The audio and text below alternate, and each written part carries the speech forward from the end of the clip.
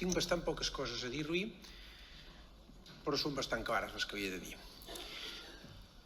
El que vostè proposa, el seu concepte de civilització, és el que està fent el govern Netanyahu a Gaza.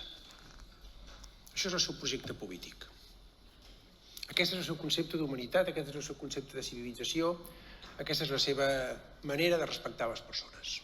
Això és el que vostè proposa també aquí a Catalunya.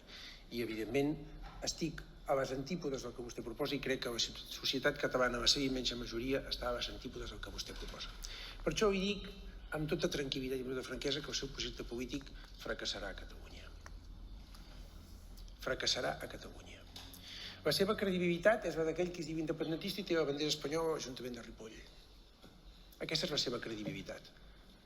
Aquesta és la seva credibilitat.